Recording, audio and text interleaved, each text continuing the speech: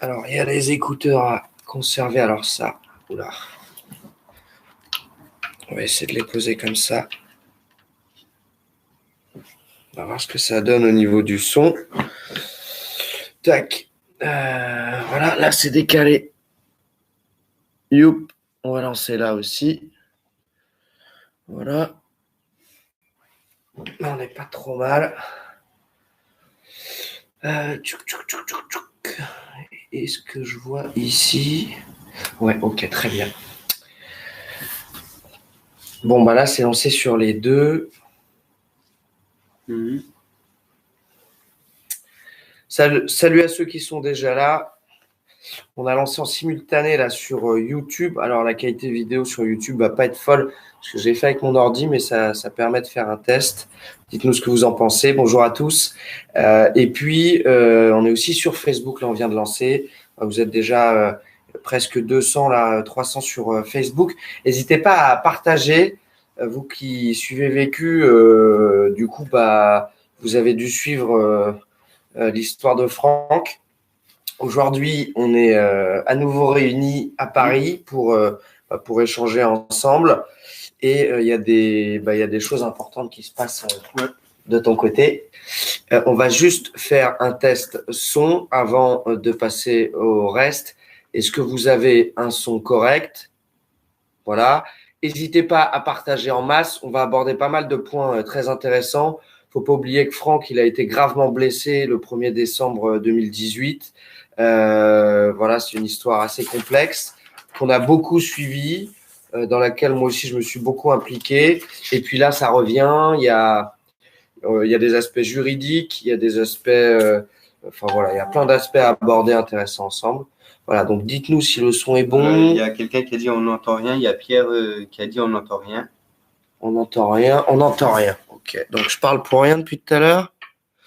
Attends, on va attendre parce qu'il y en a qui disent des fois on n'entend rien. Le son, ok, il n'y a pas de son. Trop faible. Attends. Ouais.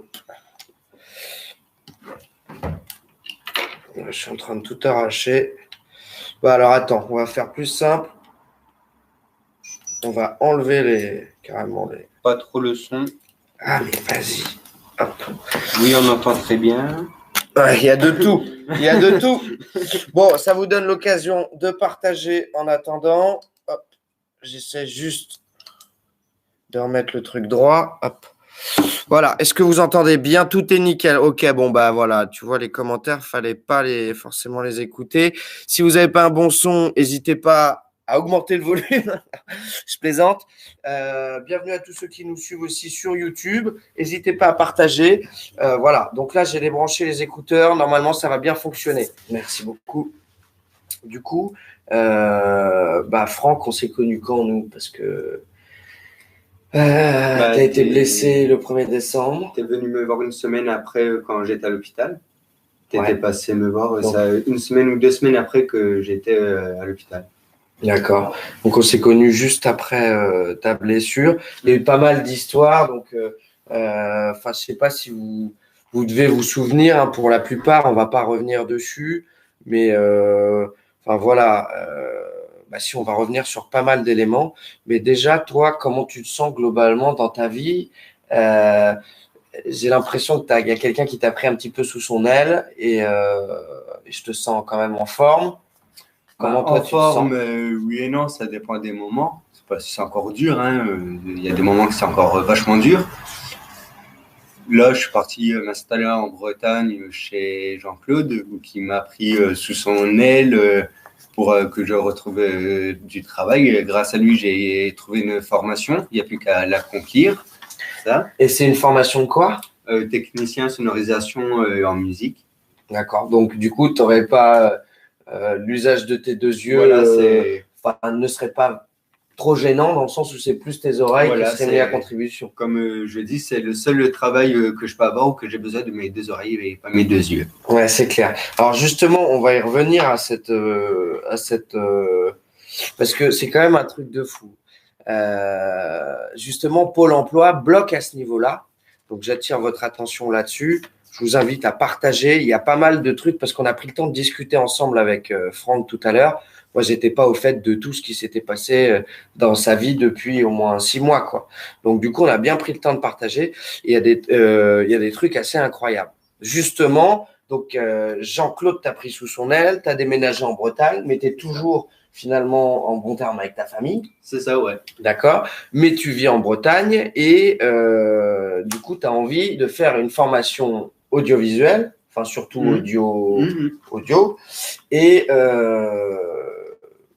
Pôle emploi te bloque un petit peu. Dans quel sens tu peux expliquer? Bah, du sens que ça fait 4 mois qu'ils m'ont envoyé à droite, à gauche pour financer ma formation. Ils me disent que c'est pas eux qui financent, que c'est la mission locale. Ouais. Du coup, bah, je vais à la mission locale pour ma formation. Sauf qu'à la mission locale, ils me disent c'est pas eux, c'est Pôle emploi. En fait, je fais que ça d'aller. Voilà, c'est ça, ils renvoient la balle. Je fais que ça d'aller à droite, à gauche. Et du coup, ils essaient de t'orienter sur autre chose. Carrément, ils essaient de m'orienter en cuisine. Formation en cuisine. D'accord. Ils veulent te mettre en cuisine alors que tu as la moitié de la vue perdue. Travailler en cuisine, c'est dangereux s'il te manque un œil. Dire n'importe qui, moi j'ai travaillé en cuisine, j'ai même eu un restaurant, n'importe qui peut avoir un couteau à côté de vous ou quoi dans une cuisine, il faut avoir ses deux yeux. Et du coup là, ce qui me choque déjà, c'est pour ça que je voulais qu'on vous en parle, c'est que Pôle emploi bloque le financement à un blessé grave, Pôle emploi bloque, j'enlève les trucs.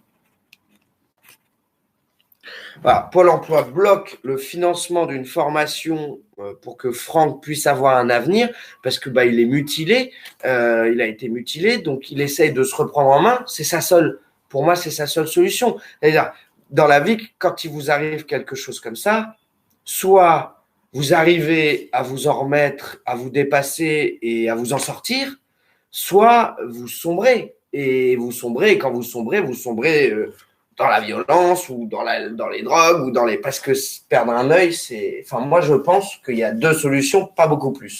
Et donc là, ce qui me choque, c'est qu'on va empêcher un gamin de 20 ans qui a été mutilé d'obtenir un budget de l'État pour une formation pour s'en sortir. Et je trouve ça abusé. Et en plus, on essaye de lui faire aller dans la restauration. Et du coup, toi, qu'est-ce que tu en penses de tout ça? Bah, du coup, vu que ça fait 4 mois que je baladais à droite, à gauche par ça, j'ai décidé de l'écrire directement au PDG de Pôle emploi. Parce qu'il y a un moment, il a fait passer une loi qui dit que toute personne handicapée doivent être prioritaires pour les formations ou du travail. Ils n'ont pas le droit d'être refusés. Malheureusement, là, ils sont en train de me refuser. Ma conseillère m'a pris en grippe pour qu'elle me fait la misère jusqu'au bout. Ah ouais? Notamment, j'ai eu rendez-vous le 2 mars où que moi, je lui avais bien précisé que je ne pouvais pas parce que j'étais sur Paris. Elle m'a envoyé une lettre pour me dire que je devais venir impérativement et sinon, j'étais radié de Pôle emploi. Donc, c'est vraiment des sous-menaces qu'elle me fait des menaces. D'accord.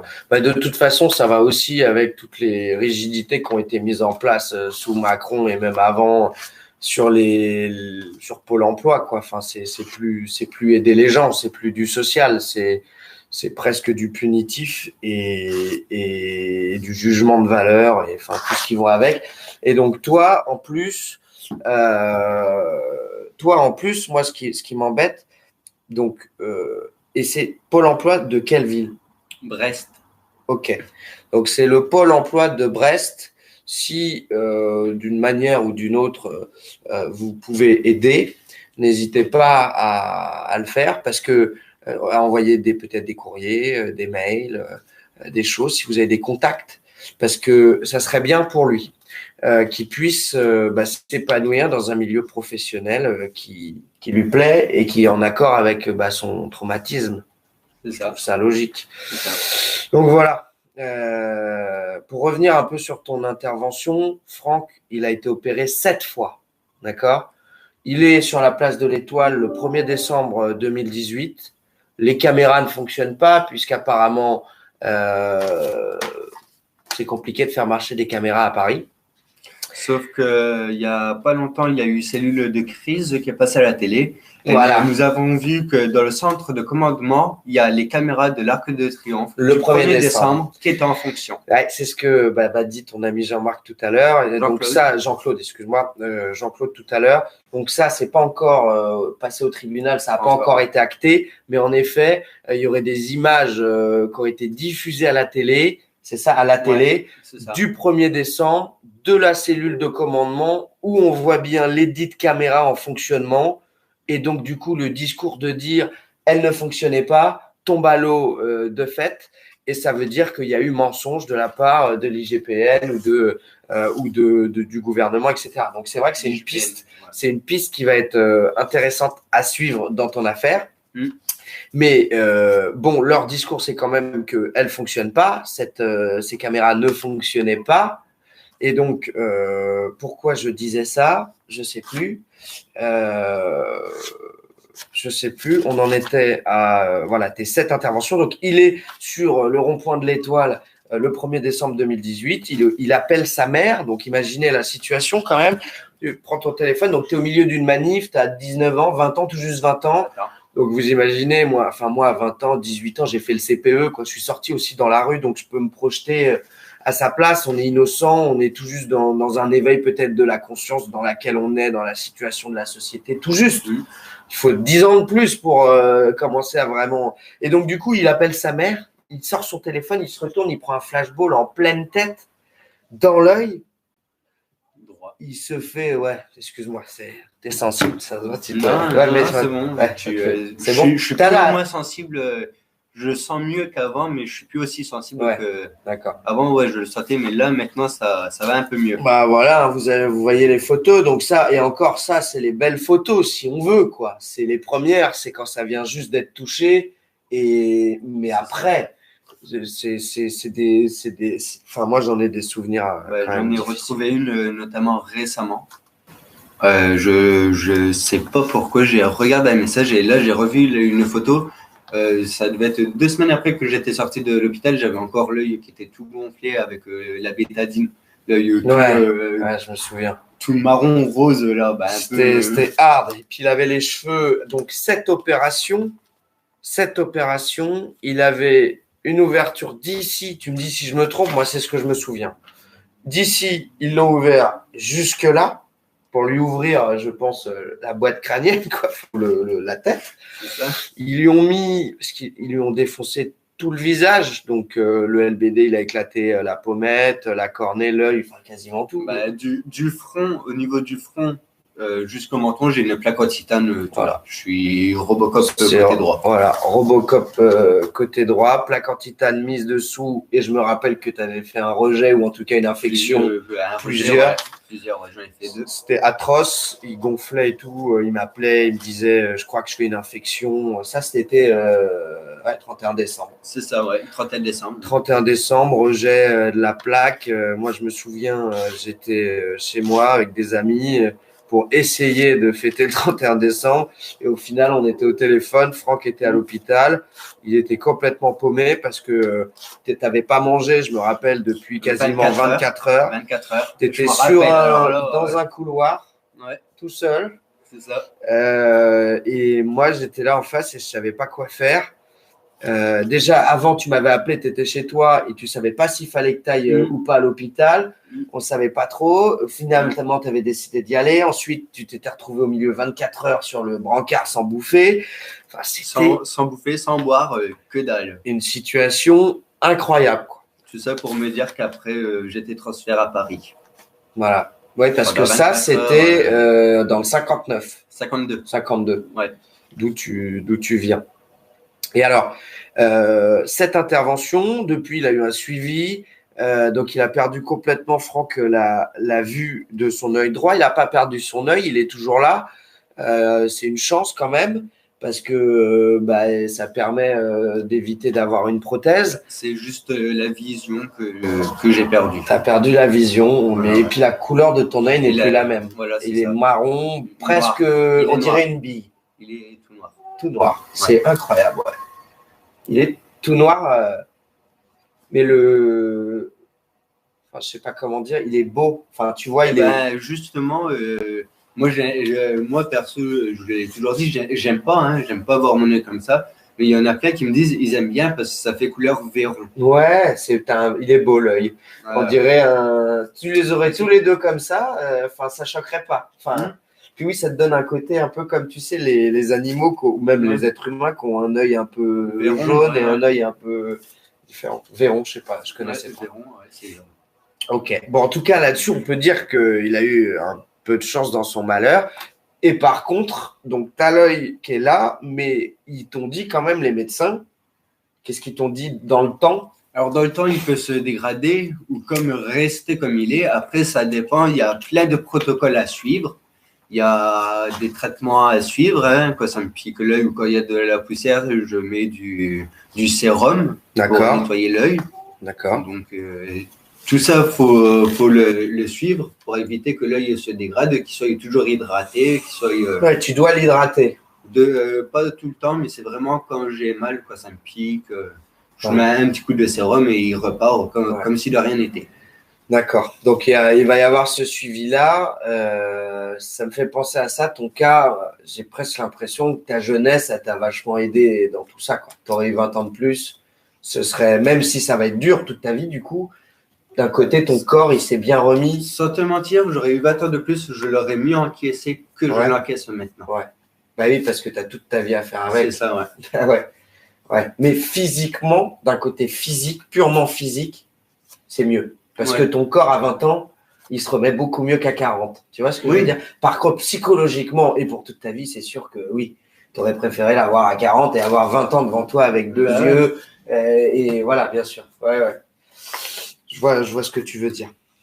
D'accord. Donc, du coup, n'hésitez pas à partager ce live parce que on revient un petit peu sur tout ça.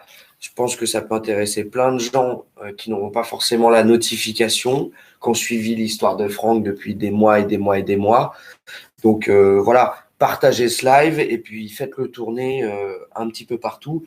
On n'a pas fini, on va aborder plein de points. Je regarde juste les niveaux de batterie parce que là, j'ai pas trop surveillé. Ouais, c'est bon. Mais si ça réussit à être pris à temps, c'est quand même grâce à 2 gilets jaunes, dont Monsieur Benedetti et Monsieur Drocourt, qui sont venus me porter pour me mettre à l'abri malgré qu'ils se faisaient tirer dessus par les flics. Ils se sont fait tirer dessus, mais ils n'ont pas lâché.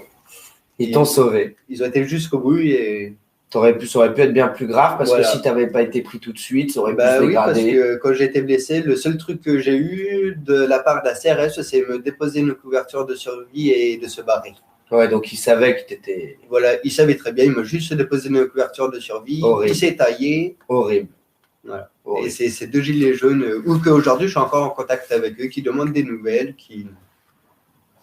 Merci à eux. Heureusement que y a des gens comme ça. C'est vrai qu'il y en a beaucoup qui ont aidé. Les street medics aussi qui ont beaucoup aidé, j'imagine. Puis toutes les personnes qui étaient là pour me soutenir. Ouais. Ça m'a vachement aidé dans le niveau moral. Tu m'étonnes. Tu es passé par plein d'étapes aussi, quoi. C'est clair. Et puis tu es encore dedans. Tu es en reconstruction. C'est pour ça que ça m'énerve d'autant plus. Ça m'énerve, je ne sais pas ce que vous en pensez chez vous. Dites-le nous, mais que Pôle emploi, on sait que là, tout est foutu en France, il n'y a plus rien, personne, ils veulent plus rien lâcher pour personne. Mais même, pour un jeune mutilé, un jeune qui a été mutilé, mais laissez-lui, mais payez-lui sa formation, bon sang, mais vous avez quoi à la place du cœur, quoi? Mais je vous le demande, moi. Mais vous avez quoi? Qu'est-ce qu'il vous faut, quoi? Truc de fou. Faire chez les gens. Comme je l'ai dit à ma conseillère, je suis pas raciste, je le dis avant.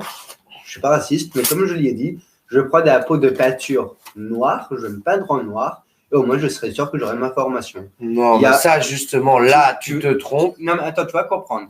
Alors, j'ai eu la mission locale qui m'a appelé. Tu vas comprendre. La mission locale m'a appelé une personne qui devait faire la même formation que moi, mais qui fait la même formation que moi. C'est Raoul, je ne sais plus comment. Et alors, elle me demande si j'ai fait la formation.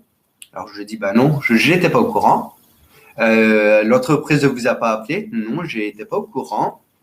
Vous n'avez pas reçu mon mail? Bah non, j'étais pas au courant. Toujours, toujours pas au courant. Et t'as dit quoi? Et là, elle me dit, c'est bien monsieur Raoul. J'ai dit, bah non, c'est monsieur Didron. Et là, la dame de la mission locale, elle m'a raccroché au nez. Oui. Bon, écoute-moi, Franck, je vais essayer de t'expliquer le truc rapidement.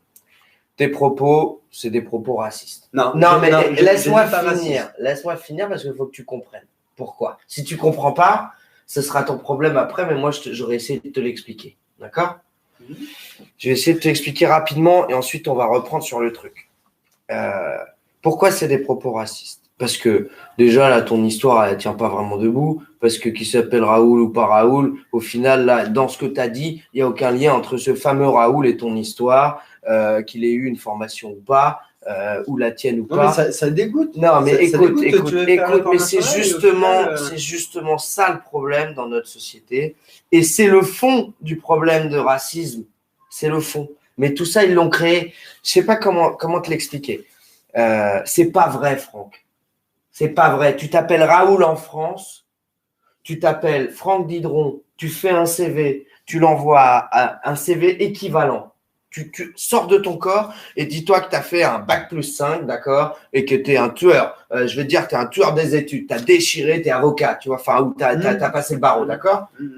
Même pas avocat, mauvais exemple. Oui, voilà, n'importe, ok. Tu as un bac+5 en management des unités commerciales, d'accord, dans le business.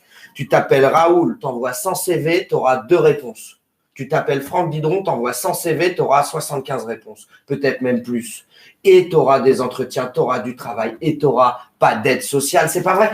En fait, ils te mentent, ils donnent rien à personne et ils font croire que c'est les gens les plus déjà, les moins bien insérés dans la société, les moins bien acceptés et qu'on a toujours pointé du doigt pour X, Y raison. C'est le cas des personnes arabes, noires, des gens différents en fait de nous. Et tout ça, ça a été préparé par des discours politiques de masse qui ont manipulé l'opinion publique. Mais oui, mais tu me dis oui, mais tu le répètes. Il faut que tu comprennes. Jacques Chirac, je ne sais plus en quelle année, là, en 91, je crois, qui te sort le bruit, les odeurs, en parlant des familles noires, machin, en France, qui vivent sur les allocs, etc., etc. C'est ce discours-là qui a généré pendant 20 ans, 30 ans, puis tous ceux qui l'ont repris et qui ont pointé du doigt la différence de couleur de peau. C'est ça qui fait que toi, aujourd'hui, tu répètes ce discours parce que tu l'as entendu de quelqu'un. Mais moi, je te le dis, dans les faits, les Raoul, ils ont 10 fois moins de chances que toi dans cette société, Franck. Il faut que tu en aies conscience. Moi, justement, je t'ai dit que je ne suis pas raciste parce que. Mais tu répètes des propos racistes. Laisse-moi finir. Je te laisse finir. Moi, que ça soit une personne noire, blanc, kaki, moi je l'aide. J'aide tout le monde. Mais ça, j'en suis sûr. Mais alors, ne répète pas de propos racistes. Il faut que tu comprennes. Je sais que tu as un bon cœur. Je me fais engueuler par tout le monde parce que je pense pas à moi, je pense aux autres avant. Oui, mais justement, je sais que tu as un bon fond, mais il faut surtout que tu comprennes. Je sais que tu n'es pas raciste. Est-ce que je t'ai dit que tu étais raciste? Non, mais c'est pour pas mettre toi des. Oui, mais on a compris. Tu n'es pas raciste, mais tu as des propos racistes. Et tu as 20 ans, 21 ans maintenant. Si tu veux comprendre et du coup bien évoluer et comprendre les enjeux, c'est en te l'expliquant maintenant que ça va marcher. Donc là, il faut que tu comprennes ce que j'ai essayé de t'expliquer. En tout cas, que tu en prennes dans une partie de ta réflexion. Et il y a d'autres gens qui vont t'expliquer d'autres trucs. Mais c'est pas vrai. Raoul, il t'a pas volé ta formation. Oui, Raoul, j'ai pas dit ça. Raoul n'a pas plus de chance que toi. Et si tu te peins en noir, tu n'auras aucune solution. Et si tu étais noir, tu aurais encore beaucoup plus de problèmes dans notre société de blancs. Tu peux le comprendre. Et bien sûr que les noirs ont beaucoup plus de problèmes dans une société de blancs.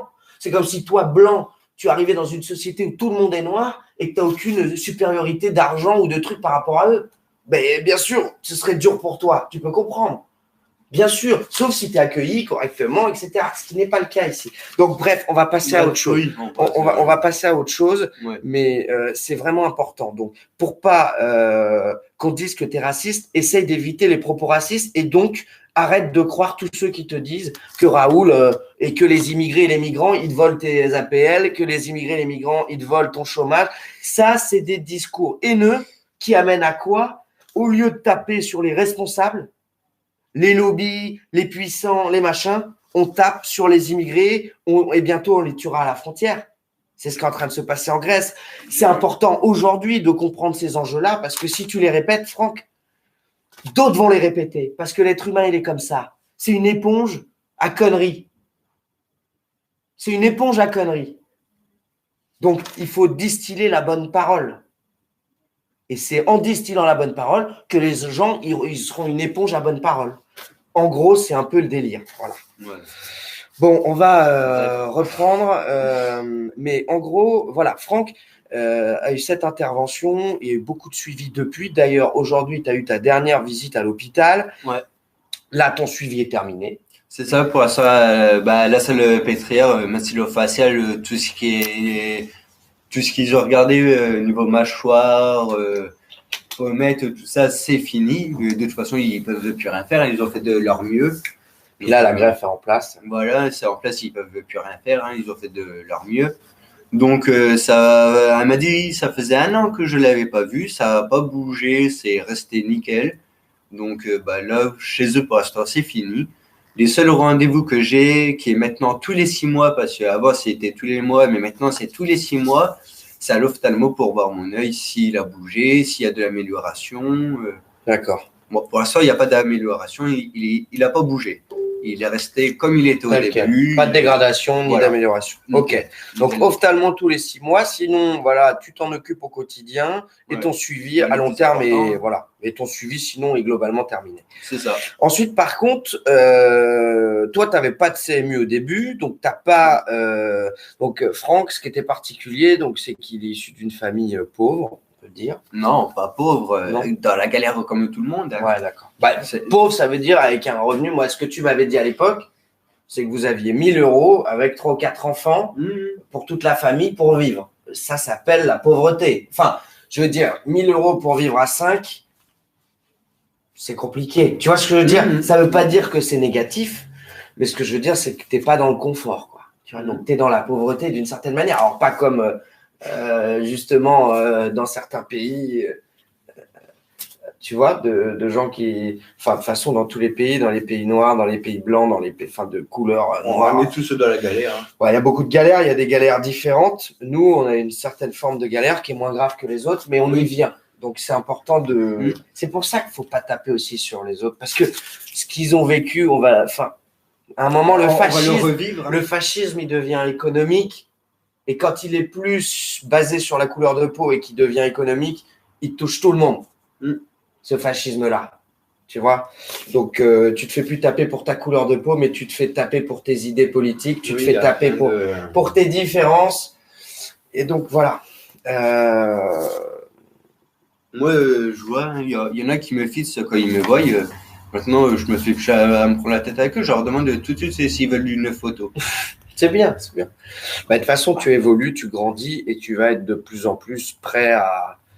Mais c'est pour ça, moi, je t'aime bien et j'aime bien cet échange. Peut-être que ça ne plaît pas à tous. Et dans ce cas-là, tant pis, c'est du live, c'est de la vraie vie. On n'est pas là en train d'inventer des trucs. On n'est pas là en train de faire du sensationnalisme avec des trucs qui partent dans tous les sens. On a une discussion.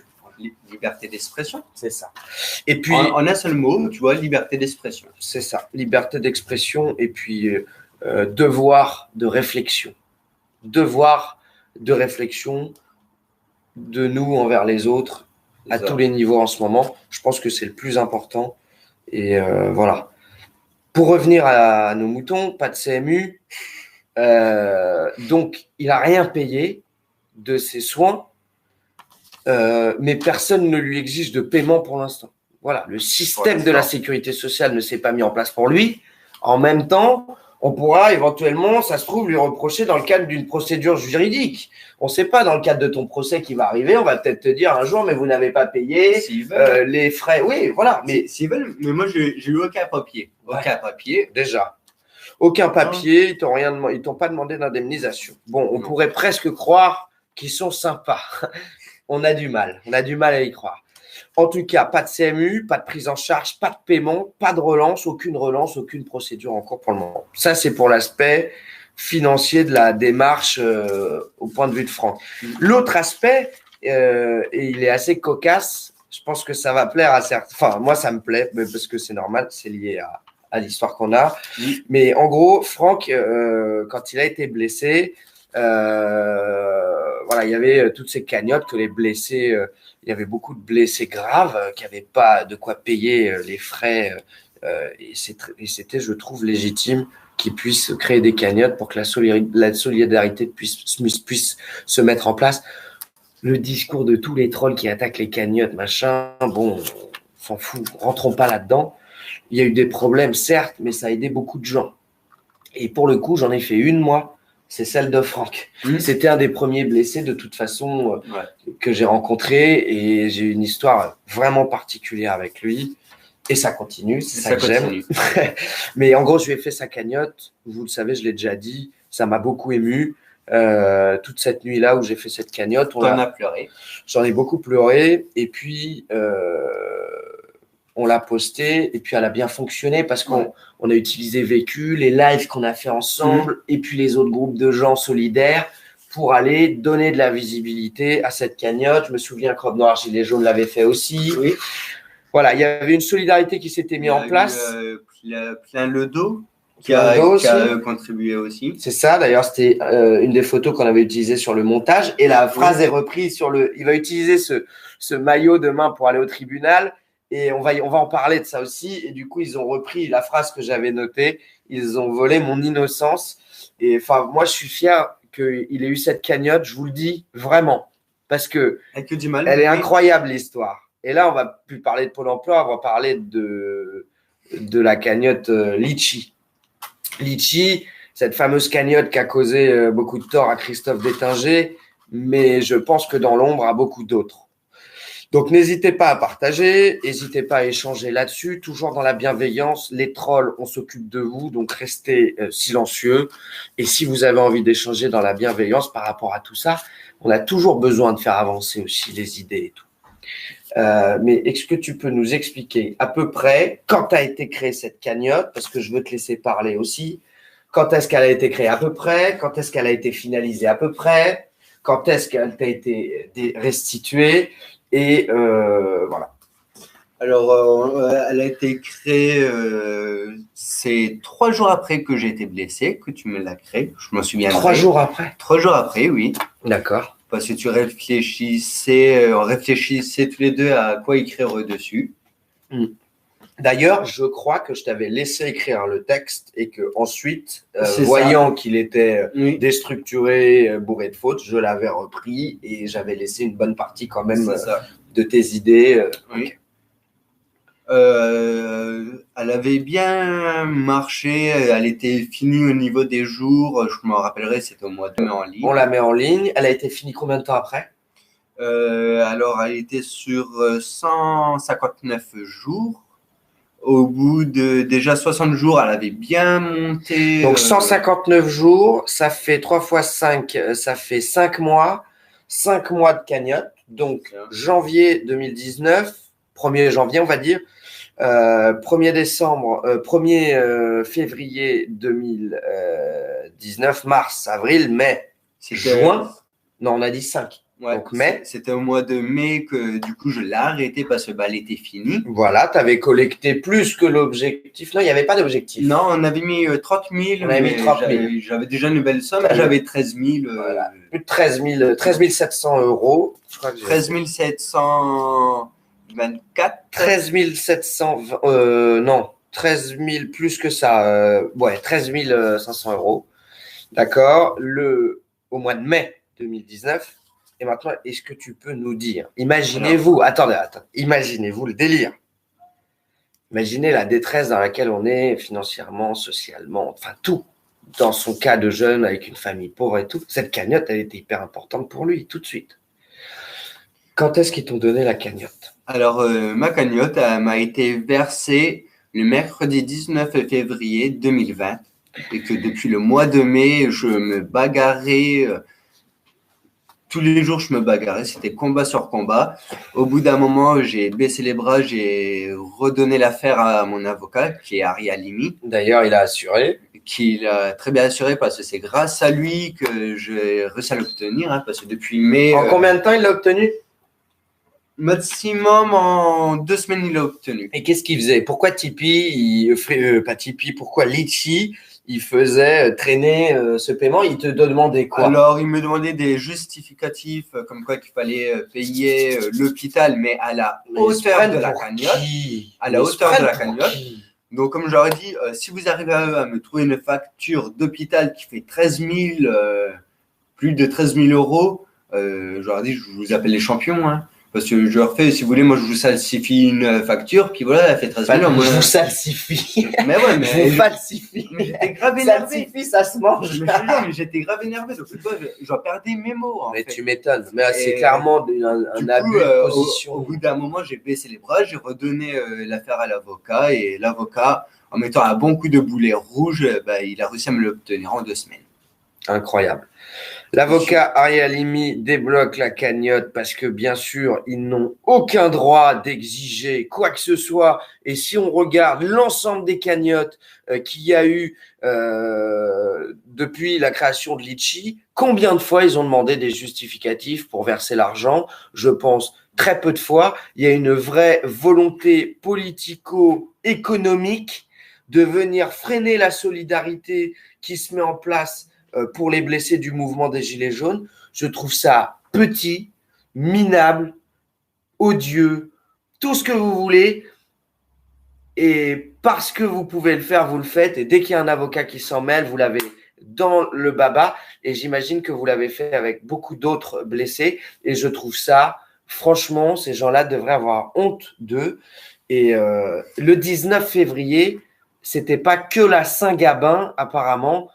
C'était aussi la fête du média parce qu'on a été là-bas leur souhaiter leur fête. Et puis, c'était aussi la fête de Franck puisque il a pu accéder à cette somme d'argent qu'il attendait depuis un an en étant blessé et puis avec tout ce que ça implique.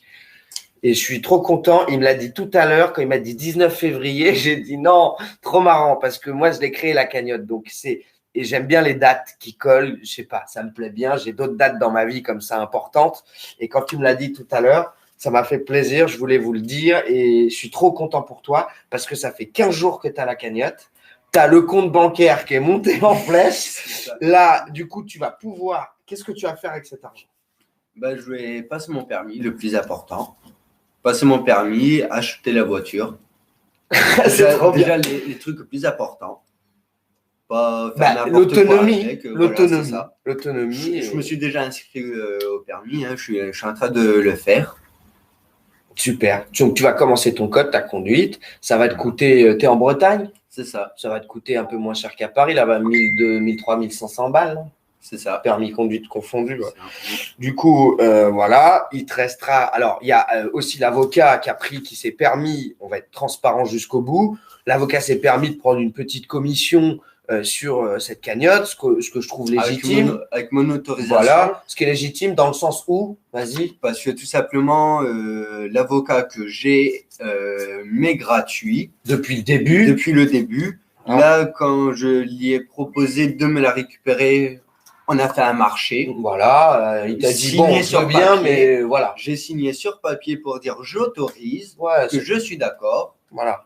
Ce qui est normal qu'il prenne un peu non plus, il va pas… C'est ça, il va pas bosser. Alors déjà, il bosse depuis un an gratuitement pour toi. T'as pas les moyens de payer cet avocat. Il aurait pu très bien dire, voilà, on te débloque l'argent et ça financera tous les frais de justice. Non, il est humain, il te laisse cet argent pour pouvoir en bénéficier. Il a pris 1200 € dessus.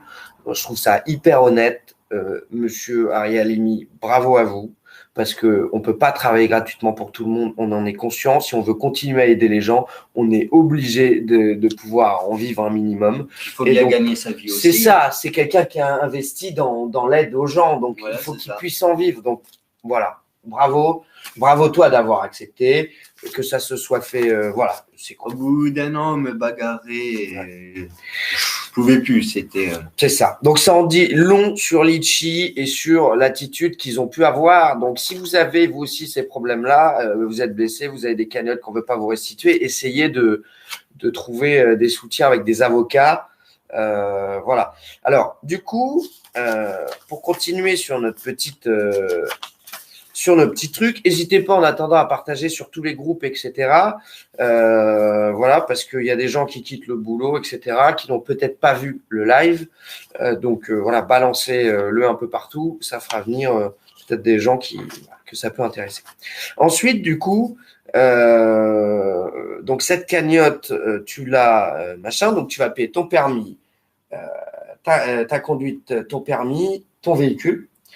Il va te rester un petit peu d'argent, ce qui va te permettre peut-être même si Pôle emploi vraiment ne veut pas te financer cette formation, peut-être que tu pourras te dire, bon, je la finance, parce que je sais pas, hein, mais ça dépend de toi aussi. Si tu la veux absolument et que tu es bloqué, tu vois, peut-être que ça vaudra le coup de les mettre, parce que la formation, derrière, c'est un boulot, et le boulot, il va te sauver d'une réalité qui est compliquée, tu vois, ça va t'aider à t'en sortir. Ouais, oui. Donc, voilà, il y a ça à réfléchir. Et il te restera quand même un peu d'argent pour te lancer, trouver un appart, peut-être, payer une caution, truc. C'est ça. Voilà, c'est comme ça que tu vois la dépense. Prendre mon envol.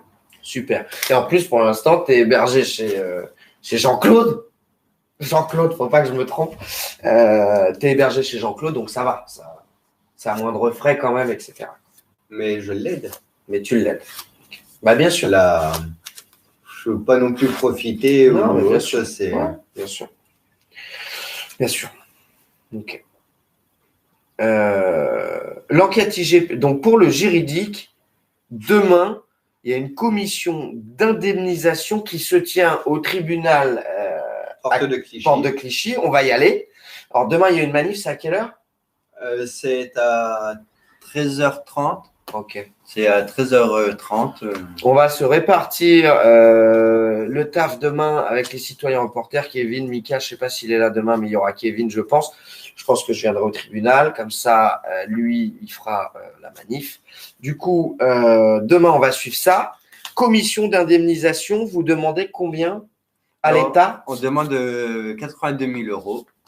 Si, admettons, il baisse, on va remonter. En fait, jusqu'à temps, ça va être un peu le mode du jeu, le juste prix, en fait. C'est jusqu'à temps qu'il... Combien ça vaut un œil d'un gamin innocent 82. Qui appelait sa mère à 10h le matin ou à midi, 13h30. Combien ça coûte? 82 000 euros. C'est 82 000 euros. Ouais. Mais sauf que ça vaut beaucoup plus que ça, en vrai. Ça devrait valoir dans une société comme la nôtre, où il y a tellement d'argent que tout le monde, que 1% en dégueule, ça devrait valoir des millions. Ouais, mais la loi dit que c'est 82 000 euros. Ouais, ça devrait valoir des millions et ça passerait l'envie. Ça passerait l'envie à tout le monde de le faire. Ça devrait valoir des millions, je pense. Je ne sais pas ce que vous en pensez, dites-nous. Mais ça passerait l'envie aux flics de tirer. Parce que ça passerait envie à l'État d'être face à une justice qui peut-être va le condamner, et ça leur passerait l'envie de le faire du coup. Parce que lâcher des millions, c'est compliqué. C'est emmerdant. On peut plus les détourner comme on voulait. C'est gênant. Hein. Enfin bref, 82 000 euros. Est-ce que tu es optimiste? Comment ça va se passer? Alors, je me mets rien en tête. Je laisse venir comme ça vient. De toute façon, j'ai l'avocat qui est là pour appuyer. Donc, moi, je suis là en acte de présence. S'il faut répondre à des questions, j'y réponds. Sinon, c'est mon avocat qui fait tout. D'accord. De toute façon, ok, Ariel Alimi, donc demain, il sera là. Il sera là. Donc, demain, à la limite, si tu peux me caler avec ton avocat un petit créneau avant qu'on puisse se parler, genre un petit quart d'heure avec lui en live, tu vois, avant, tu me diras? Ouais. Ok. Sinon, je l'interpellerai dans la rue, devant le tribunal ou dans le tribunal. Ok. Du coup, il y a cette commission qui va se tenir. C'est l'avocat qui gère tout ça. On demande 82 000 euros. En sachant que la commission a été reportée. Oui, le 19 normalement, j'avais rendez-vous le 19 décembre. Sauf que le 19 décembre, la SNCF a fait la grève. Sauf que, oui, non, mais tu as raison. Parce que moi, de Brest, qui a 6 heures de train, j'ai quand même réussi à me déplacer jusque Paris. Et une fois arrivé dans Paris, en sachant qu'il n'y a que 2 lignes de métro, Et bah, c'est comme à aller jusqu'au tribunal et que l'assesseur du gouvernement n'arrive pas à y aller, qu'il est sur place. Voilà. Et donc, du coup, là, tu vois, c'est exactement le même cas de figure qu'avec les migrants ou avec les gens qui s'appellent Raoul. C'est la même chose. Tu vois pourquoi? Parce que c'est pas de la faute de la SNCF qui a fait la grève. Ben non. C'est de la faute des gens qui auraient dû te prévenir. C'est pas compliqué de se dire il y a grève. Oui, mais sauf qu'il l'a dit au dernier moment. Voilà, donc le mec le dit au dernier moment. Donc c'est toi qui fais le trajet, qui paye le trajet. Donc il a payé un aller-retour de Brest. Enfin non, du coup il a fait du stop ou je sais pas quoi. Mais non, un aller-retour. Ouais, voilà, vous avez payé un aller-retour machin. Donc du coup ça coûte de l'argent et voilà. Et c'est normal, on fait déplacer. Ben non, on n'est pas reparti à Brest parce que du coup, vu que j'ai été sur Paris, j'en ai profité pour aller voir ma mère. Ouais, bah oui, c'est une bonne option d'aller voir sa maman. On était sur place, on descend un petit peu plus loin. C'est ça. On se promène. Bon, tu as été voir ta famille. Bon, en tout cas, il s'est déplacé pour rien, manque de communication, et puis on s'en fout, quoi. Voilà, on s'en fout des gens. C'est lui qui se met en tort, c'est pas moi. Puis l'assesseur, bon, il était sur Paris, l'assesseur. Bah oui, c'est compliqué, c'est vrai, de prendre je sais pas, un taxi, un Uber, une trottinette. C'est vrai que quand il y a un blessé qui se déplace de Brest, on fait pas l'effort de venir quand on est à Paris. Les taxis, c'était compliqué à prendre parce que c'est moi qui les réquisitionnais tout ça. On faisait PK Express, il fallait changer à chaque fois. Alors, dans la journée, on a fait au moins 6 ou 7 taxis. Donc, c'est pour te dire que je réquisitionnais tout. Donc, tu pourras les ajouter aux 82 000 €, 82 712. Qui équivaut à toutes les notes de taxi, de billets de train et tout, qu'on fait payer à une personne mutilée. Métro, parce que je prenais quand même les carnets de 10 pour au moins avoir en stock. Et c'est ça. Donc, 2 enquêtes qui ont été diligentées, c'est une bonne stratégie. Il y a c'est beaucoup revenu dans les différents lives qu'on a fait sur les blessés. C'est que il y a une façon d'attaquer le responsable direct, c'est-à-dire le policier qui a tiré. Mais le problème, c'est que dans la plupart des enquêtes IGPN, il va être très facile de dire on n'a pas les preuves, personne ne parle au sein de la police, on n'a pas les éléments vidéo, machin. Et donc, du coup, l'enquête va piétiner puis se clôturer sous prétexte qu'on n'a pas pu identifier le tireur. Pour l'instant, non. Pour l'instant, c'est pas le cas dans ton cas. Non, pour l'instant, elle est bien partie. Mais c'est le risque à long terme s'il le retrouve pas. Mais c'est vrai qu'elle est bien partie parce qu'il y a le truc des caméras qui revient. Ouais. On a dans le temps toujours attendre. On a des trucs qui arrivent entre temps. Et tu as une bête d'avocats qui doit avoir une équipe qui travaille aussi parce qu'ils bossent sur plusieurs blessés. Donc il y a une stratégie d'attaque face à une stratégie gouvernementale d'attaque face au peuple, parce que c'est ce qui s'est passé. Ils mettent en place des stratégies de défense groupées aussi. Et du coup, il doit y avoir des équipes qui vont chercher les preuves, les machins. Donc, c'est bien, ça permet que ça avance dans le bon sens. Mais du coup, donc c'est très important, tu l'as dit. L'enquête IGPN du côté de retrouver le tireur et de le punir éventuellement, de le rendre responsable de son acte, est toujours en cours. Mais le risque, c'est qu'elle soit clôturée et qu'on n'ait pas fait autre chose pour essayer d'obtenir réparation. Pas tout de suite, il ne faut pas penser à ça. Non. Voilà. Mais du coup, il y a une deuxième enquête menée à côté. C'est ça. Explique-nous. Du coup, la deuxième enquête, c'est que on a demandé un jugement près d'un juge pour cette histoire, cette violence des forces de l'ordre. D'accord. Alors, l'avocat envoie un courrier, tout simplement, il ne répond pas, comme il m'a fait pour la commission. Le juge ne répond pas. Du coup, tout simplement, l'avocat se déplace au tribunal, le chope directement au tribunal, et au moins, on fait bouger les choses comme ça. Mais attends, t'as pas bien compris ma question. Il y a une enquête, et en gros, vous avez porté plainte contre X, contre le flic, mais vous avez aussi porté plainte Contre l'État. L'État. Ouais, vous avez porté plainte contre l'État et donc vous avez nommé des personnes responsables dans l'État, dans le gouvernement? Alors oui, on a nommé des personnes, d'où que je ne dirais pas les prénoms pour l'instant. D'accord, mais les grosses têtes responsables. Des grosses têtes, oui, voilà. ça, c'est des grosses têtes où que je vais galérer au niveau attaque, hein, parce qu'ils sont bien défendus quand même. Oui, bien sûr. Mais c'est des grosses têtes où que pour l'instant, je suis assez harcelé par les flics encore. Ah ouais? C'est pas possible, ça, de toute façon, ça changera pas. Si dans le mois, je finis pas en garde à vue, ça va pas. C'est un truc de fou, hein. Et Marcel, c'est. Bah oui, parce que tu continues de. Nous, on a même des citoyens reporters qui nous remontent qu'on des fois, il y a beaucoup de militants qui se font harceler, même en bas de chez eux. Il y a une répression qui est mise en place par la police. Voilà. Mais donc, ce que je voulais faire apparaître, c'est qu'il y a bien eu 2 enquêtes, une contre X, une contre l'État, pour mettre un maximum de chances du côté de la justice. Voilà. Juridique. Ça, on l'a dit. On a fait le tour. On a fait le tour. Juste, je voudrais rajouter un truc. Avant que je reçoive plein de messages. C'est vrai qu'on a fait le tour. Je vais rajouter un truc. Avant que je reçoive plein de messages d'insultes, parce que à chaque fois que je fais des directs, j'ai des messages d'insultes par rapport à mon œil. Pas bien ça, les gens. Sur un ordinateur ou un téléphone, c'est inversé. J'étais blessé à l'œil droit. Mon œil, il bouge parce que j'ai encore le nerf, sauf que j'ai plus la vision. Voilà, et on va vous montrer ça. On va vous le prouver. Voilà, si je tourne, il est à droite maintenant. Je peux tout faire. Non, il est à gauche. Non, il est à gauche. Il est à gauche. Donc là, il est à gauche. Ouais, voilà, il est à gauche. Il est à gauche sur un. Mais sinon, côté là, c'est le droit. Voilà.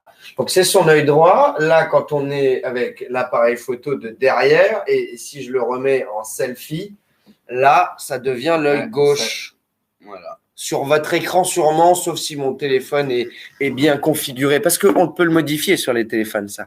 Mais en fait, c'est ce discours de gens qui vont, au lieu d'essayer de vouloir comprendre l'humanité derrière le truc et le problème, la sensibilité qu'il devrait y avoir, au lieu puisqu'ils ne peuvent pas comprendre ce sentiment, ils vont essayer de trouver à tout prix des choses qui pourraient justifier qu'une personne avec un œil en moins fait semblant. Voilà. Fait semblant, le mérite. Voilà, c'est un peu ce qui s'est passé sur la vidéo. C'est pas du maquillage. Voilà, on va dire que c'est pas vrai. C'est pour ça que je me suis fait un maillot justement quand je vais au tribunal et tout ça. Et quand les gens me disent que j'ai pas été blessé ou autre, et ça c'est quoi? Je montre le maillot là. Alors, on en est là, on est obligé de porter comme, porter une étoile. C'est un truc de fou quoi. On est obligé de porter l'étoile, le truc sur soi pour être entendu, pour ne pas être jugé et surtout agressé verbalement, physiquement. Et je te remets ça en perspective. Après, je te remets en perspective par rapport à ce que tu disais tout à l'heure, par rapport à Raoul, etc. Le discours raciste, même si tu n'es pas raciste, le discours, c'est toujours pareil à ce niveau-là. Tu regardes, tu iras voir sur Vécu tout à l'heure. Cet après-midi, on a posté une vidéo de migrants, mais c'est plus des réfugiés. On voudrait nous faire croire que c'est des migrations. C'est les oiseaux qui vont chercher le soleil, tu vois, l'eau, les richesses de la nature. Voilà, non. Enfin, si, mais c'est pas des animaux, c'est des êtres humains et ils fuient pour d'autres raisons que les animaux. Enfin, même si des fois les animaux fuient aussi pour fuir la guerre, mais bon, c'est pas pareil. Pour moi, c'est plus en effet, réfugiés, des réfugiés de guerre. C'est pareil. C'est le même discours. Cette vidéo, elle a été détournée par la fachosphère en disant, parce que c'est une vidéo de gamins qui ont été gazés par du gaz lacrymogène, c'est là où toi, tu as tout pour réussir à t'identifier aux autres gens comme toi qui souffrent et qui sont victimes de diabolisation. Parce que c'est ce qu'on essaye de te faire. Donc, tu devrais le comprendre chez les autres. Et donc, des enfants gazés en bas âge, 3-4 ans, des parents paniqués qui pleurent, qui hurlent, qui sont gazés, tu le sais ce que c'est, tu as été en manif, tu peux que le comprendre. Et donc là, on met l'enfant au-dessus d'un feu, il y a une espèce de barbecue avec de la fumée qui monte et le papa ou la personne qui aide il met rapidement la tête de l'enfant dans la fumée parce qu'en fait, la fumée, elle empêche le gaz de faire son effet. C'est pour ça qu'on met le feu aux barricades. Au Chili, en Espagne, il y avait des nuits de barricades de ouf parce que ça empêche le gaz lacrymogène, ça empêche le travail de la police. On le voit aussi dans la révolution ukrainienne. Ils ont pris une place et ils ont mis le feu tout autour pendant des jours avec des pneus pour que, il y avait tout le monde qui amenait des pneus pour que absolument ils puissent pas être attaqués avec les gaz et que ça repousse la police. Et ben là, c'est le même principe. L'enfant, ils ont voulu l'aider pour lui enlever la fumée. Ils lui ont tapé un peu dans le dos parce qu'il devait être, tu vois, il sait pas, le gamin, gérer sa respiration en plus, tu vois. Nous, on sait faire. Lui, il sait pas faire.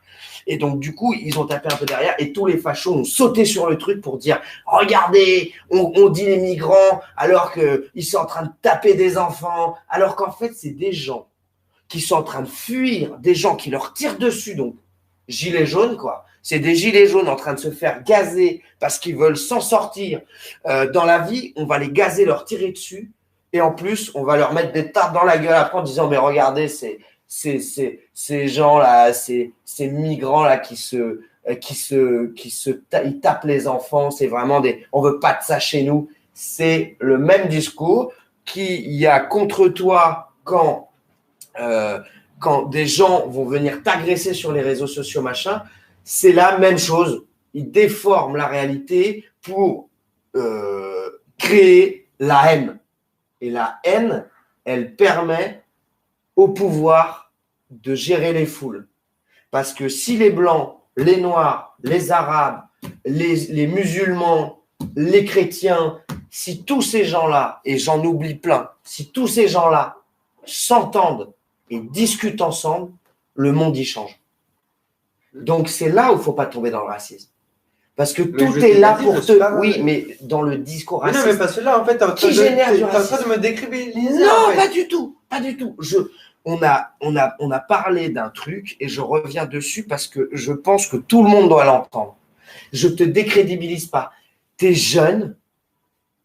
C'est normal de ne pas avoir forcément les bons réflexes, surtout si on te l'a dit, le truc. C'est ce que je te dis, tu es en train de me décrédibiliser. Non, je l'ai bien dit. Je ne te décrédibilise pas, Franck. Il n'y a pas à te décrédibiliser. Il y a pas… J'essaie de t'apprendre quelque chose et parce que je le fais en direct, oui, tu crois que je te décrédibilise. Mais je pourrais très bien te le dire en off, mais ça ne profiterait pas peut-être à 10 personnes dans les 560 qui regardent, qui pensaient comme toi et qui du coup vont réfléchir. Et peut-être que ces 10-là, la prochaine fois, au lieu de répéter le discours qui favorise la montée du racisme, eh ben, ils prendront l'autre discours qui favorise l'acceptation de l'autre et du coup, là, trouver des solutions. Tu vois, c'est pour ça. Alors, juste une question. Réponse sincèrement. Tu as déjà fait des doigts d'honneur? Bah oui, comme ça. T'es homophobe? Non. Bah pour toi, tu as fait un doigt d'honneur. C'est que tu insultes ceux qui pratiquent la sodomie? Non. Bah ouais, mais c'est pareil, tu vois, c'est exactement pareil en fait. Non, c'est le discours. On va finir, si tu veux, mais on va finir cette discussion parce qu'on pourrait en parler 1 heure de plus. Oui, à chaque fois on va la finir, mais je ne souhaite absolument pas te décrédibiliser. Je serai là demain pour toi. Tu sais, tu as tes limites comme tout le monde.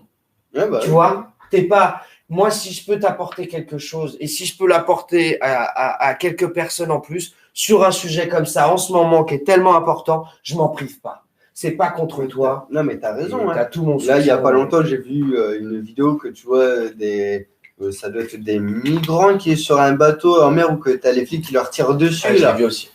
Et le discours raciste va faire justifier tout ça. Il va justifier qu'on leur tire dessus bientôt, qu'on les tue. Ils essayent de nous emmener là. Mais nous, on veut sauver l'humanité. On veut pas la tuer, nous. Donc, du coup, c'est pas dans la haine qu'on va y arriver. C'est dans l'amour. C'est ça qui est compliqué. La solidarité. C'est que l'amour, les gens, ils ont du mal. Ils y arrivent en couple, mais en société, ils n'y arrivent pas. Donc, et encore en couple, ça a ses limites aussi. Enfin, bref. Il y a un dernier aspect qu'on n'avait pas abordé, c'est que Franck n'a eu le droit à aucun soutien psychologique. Il n'y a pas eu de cellule psychologique mais à sa disposition. C'est honteux. Un jeune de 20 ans, sous prétexte que c'est un gilet jaune, on lui met des bâtons dans les roues à tous les niveaux et on ne lui donne même pas une petite aide pour remettre tout ça un peu à sa place dans sa tête. Je trouve ça dégueulasse. J'ai plein de personnes qui le font à la place de la professionnelle. Ouais, bah oui. Bah, on avait fait des lives même où on avait essayé de trouver des gens comme ça. Voilà, j'ai ceux qui me soutiennent, ma copine, j'ai tout le monde. Hein. Ouais, et t'as beaucoup de gens qui te soutiennent et du coup qui t'aident psychologiquement. C'est ça. Mais c'est vrai que, bon, après, ceux qui disent qu'il faut l'aide d'un professionnel à tout prix, peut-être qu'ils n'ont rien compris. Peut-être que non. Peut-être que non. Si tu as les bonnes personnes autour, ça peut aussi fonctionner. Voilà, c'est ça. Et avec ta volonté, ça peut fonctionner. Et la volonté, bah, de toute façon, sans volonté, il ne se passe jamais rien. Voilà, c'est ça. C'est comme arrêter de fumer. Tu veux arrêter de fumer, bah, il te faut la volonté. Voilà. Tu n'as pas la volonté. Bah, c'est mort. Tu reprends. C'est ça. Et on l'a pas pour l'instant, mais elle va venir. Moi, je te dis, on l'a pour d'autres choses. J'ai essayé, mais je ne l'ai pas. Mais on l'a pour d'autres choses. Ce qui est important, c'est aussi de mettre la volonté où tu as envie de la mettre dans ta vie. Tu ne peux pas l'avoir sur tout. Moi, je dis la volonté qu'il faut, c'est, comme j'ai toujours dit, les manifs, les samedis. Ok, d'accord. Mais il faut arrêter que les samedis. Si on veut que ça bouge, que ça change, c'est tous les jours. Le problème, c'est que le mouvement des Gilets jaunes, ce n'était pas des manifestations. C'est ça que tout le monde oublie.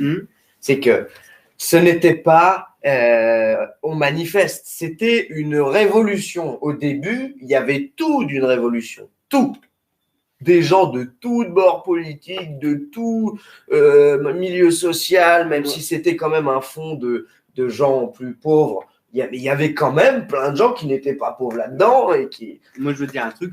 Le moment où que ça m'a, sur toutes mes manifs que j'ai fait sur Paris, le moment où que j'ai plus kiffé, je dis carrément kiffé, ou que j'ai aimé, que franchement j'étais dans un bonheur pas possible, c'était le 1er décembre. Un jour où tu t'es fait tirer dessus. Et pourtant, je me suis fait tirer dessus, mais le jour-là, c'était magnifique. Quand on voit l'arc de triomphe qui n'était pas rempli par des gaz, non, c'était la révolution. C'était pas une manif, et du coup, là où les gens se trompent dans leur réflexion, c'est que petit à petit, ils nous ont emmenés dans le moule qui était prévu à cet effet. Comment on dirige les foules? Il y a des syndicats. Il y a des travailleurs, il y a des syndicats, on les dirige comme ça, les foules. Et du coup, eux, il y a des services d'ordre, c'est en communication avec la police. C'est pas une révolution. C'est quelque chose qui est institutionnalisé un petit peu, avec des responsables, des gens qu'on peut attaquer, etc. Ce qui n'était pas le mouvement des Gilets jaunes. Et attends, je finis vite fait mon argument pour que tu comprennes bien. Du coup, ils nous ont transformés de révolution, petite révolution qui commençait en manifestation, et on s'est fait avoir. Pour plein de raisons, on est rentré dans le moule et maintenant on fait des manifestations. Et en effet, pour qu'il y ait une révolution, il faudrait que les gens reviennent dans l'état d'esprit de OK, il faut une révolution, vraiment, le fassent, mais en masse, et surtout tiennent plusieurs jours. C'est ça une révolution. Parce qu'une révolution sur une journée ou même sur 2 journées par semaine, c'est pas une révolution. Une révolution, c'est on y va le lundi, et ça se termine le samedi. On prend par exemple une place l'Ukraine, tu l'as vu, le reportage. Tu vas venir prendre une place et la protéger et tu vas te battre, c'est la guerre. Enfin, c'est triste à dire, mais tu vas te battre contre le pouvoir en place et tu vas pas les laisser te gazer, te machin. Tu vas mettre en place des stratégies, des trucs. Une révolution, c'est ça. Nous, on était au début dans le sens où il y avait des barricades qui se montaient. Il y avait des trucs, mais on n'a pas été encore capable de les tenir, l'enjeu, c'est… Et puis, ils vont pas nous tirer à l'hélicoptère dessus. S'ils font ça, bah oui, là, c'est la guerre civile, machin. Donc, politiquement, il faut les pousser à plus tenir. Le peuple est vraiment… Il fait la révolution, il faut tenir une place. Voilà, c'est là où mon analyse de une révolution, une manifestation, où se trouvent les gilets jaunes là-dedans. Je sais pas ce que tu en penses. Mais non, mais t'as raison. Je pense que c'est à peu près ça et… Mais j'aimerais, enfin voilà, on attend tous la révolution parce qu'en vrai, on va où?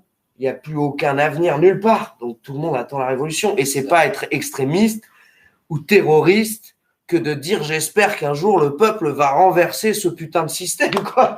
C'est juste être humain, quoi. On n'est pas des animaux, mais enfin, même les animaux, ils ont le droit à une vie, bordel. Donc, on n'a pas à les mettre en cage, ou en tout cas pas comme on le fait, et nous, on n'a pas à l'être. C'est pas ça la vie. Voilà. Enfin bref, j'ai parlé beaucoup. Moi, j'ai été très content de te revoir. Tu m'as donné une pêche d'enfer. Ça fait tellement longtemps qu'on ne s'est pas vu. Comme on dit, hein, tous ceux qui peuvent dire les focus parlent ou autre, on est en 2020, on n'est plus en 2019, il y a une nouvelle page. Et puis on a dépassé on a eu des problèmes, il s'est fait manipuler par des gens qui étaient malveillants. on a eu des problèmes, on les a résolus depuis longtemps. Voilà. Il n'y a aucune rancune et on peut aussi donner comme ça une leçon d'humanité aux gens. Dire quel intérêt moi j'avais à détester Franck, quel intérêt j'avais à lui en vouloir, même s'il m'avait fait les pires saloperies. Enfin bon, tu tues ma sœur ou n'importe quoi, tu fais du mal, je vais t'en vouloir à vie. Par contre, tu me fais, tu te fais manipuler, c'est pas de ta faute. Pourquoi je t'en voudrais? Et c'est ça aussi le problème. On en veut trop aux gens. Il faut savoir en vouloir un petit peu et puis le lendemain se dire, en fait, il est pas méchant ce gars-là. On va essayer de. Bon, faut qu'en face, la personne veuille comprendre. Toi aussi, tu as voulu comprendre. Tu as réfléchi. C'est pas le cas de tout le monde. Tu aurais pu te braquer et on aurait pu se détester. Donc, on a été tous les deux plutôt intelligents.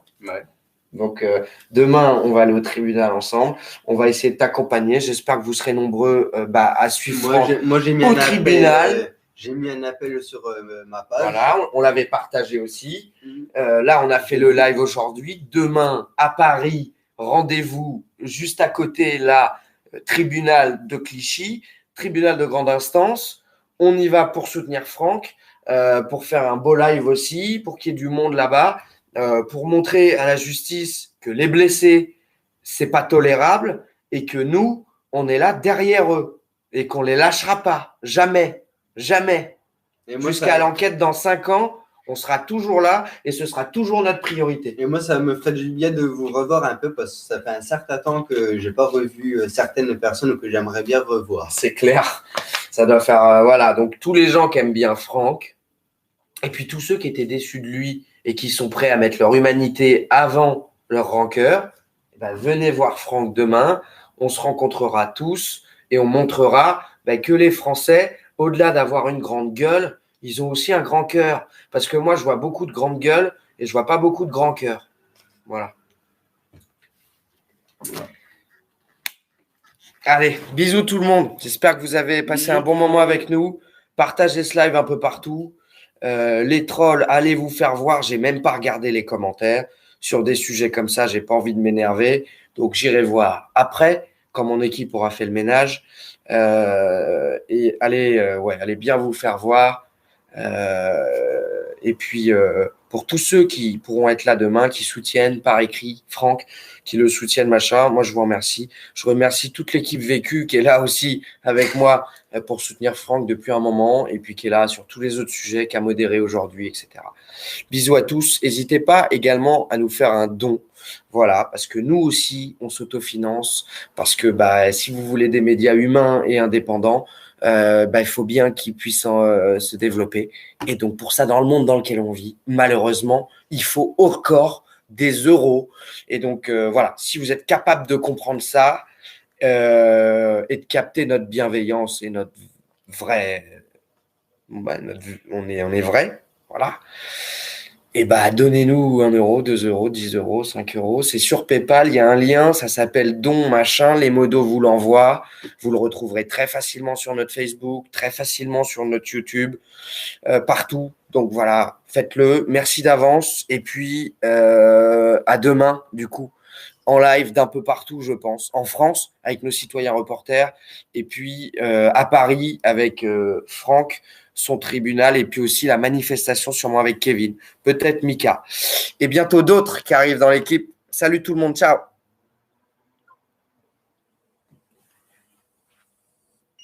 Bon, c'était un bon moment.